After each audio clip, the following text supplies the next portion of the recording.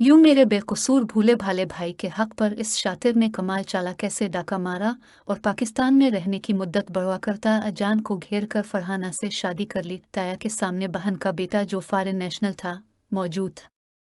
इनको लगा कि एहसन से ज्यादा अच्छा फहद का रिश्ता है, ये लोग दौलत से भी माला माल हैं। तभी तो उन्होंने हमारी तरफ से दिल साफ करने की बजाय हंसकर फहद का रिश्ता कबूल कर लिया और गलत फहमियां दूर करने के बारे में कोई तरद्दुद न किया। फहद और फरहाना की शादी के थोड़े दिनों बाद ही फहद का वीज़ा ख़त्म हो गया। अब इन लोगों का वापस जाना लाजिम था। तय ये हुआ कि फरहाना का पासपोर्ट बनवा कर फ़ोटो कापी ले जाते हैं, कुछ अरसे के बाद बुलवा लेंगे। लेकिन वहाँ गए कई माह गुजर गए, वीज़ा ना आया। जैसे वो फरहाना को अपने पास बुलवाने वाली बात को भूल ही गए हों। उधर फरहाना शौहर के पास जाने के इंतज़ार में दिन गिन रही थी। एक दिन हमको किसी तकरीब में एक औरत और लड़की मिले। उन्होंने बताया कि कनाडा में हम आप लोगों के रिश्तेदारों के करीब में रहते हैं और फहद ने वहाँ शादी कर रखी है, इसके तो बच्चे भी हैं। वालिद साहब ये सुनकर सत्ते में आ गए। वो इसी वक्त ताया जी के घर गए। फरहाना और फहद की शादी के काफ़ी अरसे बाद वो पहली बार अपने बड़े भाई के घर जाकर उनसे मिले थे। उन्होंने ये खबर सुनाई। फरहाना इस इत्तला को सुनते ही बेहोश हो गई थी। इस दौरान तमाम पिछली बातें की गईं और फहद की लगाई बातों की तस्दीक भी की गई तो तमाम बातें गलत साबित हुईं। अबू उम्मी बताया, ताई सब ने कस्में खाएं कि हमने तो ये बातें कभी कही ही नहीं।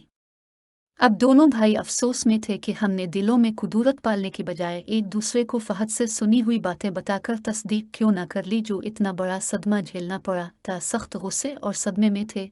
उन्होंने कनाडा फ़ोन करके अपनी छोटी बहन से बात की और उनसे फहद की शादी के बारे पूछा तो उन्होंने लाइल्मी का इजहार किया। ये भी बताया कि मुलाजमत के सबब वो दूसरे सूबे में रहता है और कभी कभार छुट्टियों में आता है। मैं इससे फ़ोन करके पूछूंगी। वो क्या पूछते? मुतअद्दिद बार पूछा मगर वहां से कोई तसल्ली बख्श जवाब ना मिला। अब दूसरे मुल्क का मामला था, सौ लटक गया। 4 साल इसी तरह उनके इंतज़ार में गुजर गए। आखिर बड़ी फुप्पो का ग़िज़ात लेकर कनाडा गई और छोटी फुप्पो पर जोर डाला के बसाना है तो बसाओ वरना तलाक दो। एक तो भाई के साथ धोखा, क्या ऊपर से चुप साध ली है। क्या लड़की की जिंदगी यूं ही बर्बाद होती रहेगी? खबर तो सही थी। फहद ने वहां शादी की हुई थी और 2 बच्चे भी थे। बड़ी फुप्पो तलाक के कागजात पर दस्तखत करवा के ले आए। एहसन भाई का ऐसा दिल टूटा था कि शादी का नाम न लेते थे। बहरहाल किस्मत में उनकी फरहाना ही लिखी गई थी, सो उन्होंने वालिदैन के समझाने से इसके साथ दोबारा निकाह किया। निकाह तो हो गया मगर वो पहली सी बात ना रही थी। फिर भी खानदानी शराफत का हाथ उन्होंने पकड़े रखा और बीवी के साथ पुरसुकून जिंदगी गुजारने का अहद किया। आज फरहाना मेरी भाभी है और उनके 3 बच्चे हैं। वो भाई के साथ खुशो खुर्रम जिंदगी गुजार रही है। ताहम जो दाग फहद ने लगाया था वो तो बाकी है। ये गेहूँ बहुत गहरा है जो कभी कभी हर हो जाता है और इस गेहूँ का मरहम एहसन भाई के बच्चे हैं जो उसकी जन्नत को महसूस। जब कुदरत किसी काम के होने की मंजूरी दे देती है तो इसके लिए असबाब भी खुद पैदा कर देती है। गोली की आवाज़ सुनकर भी मैंने पीछे मुड़ कर ना देखा और तेज भागी। गोलियां चलने की आवाज़ आती रही और मैं भागती रही। दरअसल उन लोगों को किसी ने देख लिया था, गालिबन पुलिस ने, और उन्होंने उन पर गोलियां चलाई थी, नहीं मालूम। मगर मैं काफ़ी दूर निकल आई थी। तब रफ्तार धीमी कर ली एक बार और मोड़ कर देखा। अब वहां कोई ना था। मुझे वो नजर ना आ रहे थे, शायद मैं उनकी हद निगाह से आगे निकल चुकी थी। अब आबादी दिखाई दे रही थी, मकानात नजर आने लगे थे, फिर मुझको कुछ लोग भी नजर आए। मैंने भागना बंद ना किया।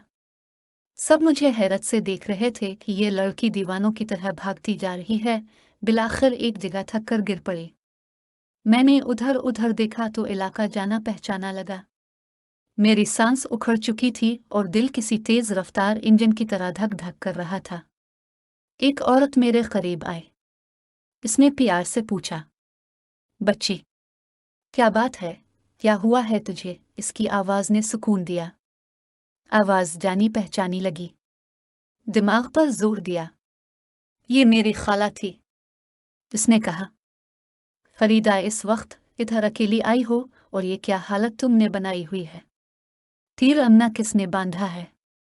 उन्होंने रुमाल की गिरा खोल कर मेरे मुंह को आज़ाद किया तो मैं खाला उंजू कहकर लिपट गई और रोने लगी। उन्होंने मुझे बाज वसी उठाया और गिले से लिपटा लिया, सहारा देकर अपने घर ले गईं जो करीब ही था। ये रास्ता, ये गली, ये जगह मेरे लिए अनजानी न थी। कई बार उम्मी और नानियत के साथ यहाँ खाला के पास आ चुकी थी। घर में लाकर उन्होंने मुझे बिस्तर पर लुटाया और पानी का गिलास लबों को लगाया। मैं एक घूंट ले सकी और बेहोश हो गई। न जाने कब तक उनके यहाँ बिस्तर पर बेसुध पड़ी रही। होश आया तो खाला और खालू मेरे पास बैठे हुए थे और खाला मेरे बालों को सहला रही थी। खाला ने हाल पूछा, मैं फिर से रोने लगी। उन्होंने चुप कराया, नीम गर्म दूध इसरार करके पिलाया और सुकून दिया। मेरे हवास बहाल हुए तो उनको तमाम हाल बता दिया। वो हाल सुनकर रो रही थी। उन्होंने खुद रोते हुए मुझको दिलासा दिया कि शुक्र है तुम बच गई। तुमने हिम्मत की, वरना बजाय इस वक्त इन जालिमों के चुंगल में फंसी न जाने कहाँ होत। खाला और खालू अपनी मोटर में मुझे घर छोड़ने आए और अम्मी, अबू, नानी, मामू सभी परेशान थे। किसी को मालूम न था कि उन चंद घंटों में मुझ पर क्या बीती है। मामू मुझे ढूंढने निकले हुए थे, मदरसे गए, वो भी बंद हो चुका था। जब खाला ने तफसील बताई, अम्मी रोने लगे, अबू भी आबदीदा थे। नानी ने तो पहले से रू रू कर अपना हाल बुरा कर लिया था, अब वालिद को मौका मिला।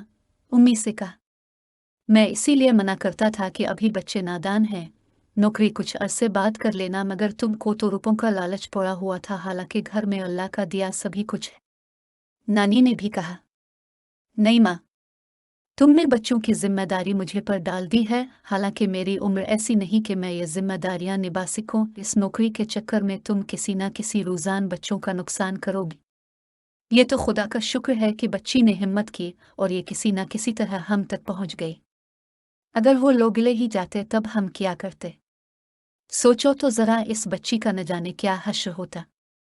उम्मी तो यूं भी दूर ही थी, मुझे गिले से लगाकर खूब प्यार किया और आइंदा लापरवाही बरतने से तौबा कर ली। मामू और अबू थाने रिपोर्ट लिखवाने गए थे, उनको बताने के हमारी बच्ची मिल गई है, लेकिन और दो बच्चियां भी उनकी गाड़ी में थी। ना जाने मासूम फूलों के साथ उन्होंने क्या बर्ताव किया होगा। इसके बाद तो उम्मी बहुत मोहतात हो गई, मुलाजमत को खैर बात के दिया और 4 साल तक दोबारा नौकरी का ना सोचा, जब तक हम बाशऊर ना हो गए। वो अब भी हर मुलाजमत करने वाली माँ को नसीहत करती हैं कि अपने बच्चों से ज़रा सी भी गफलत ना करना।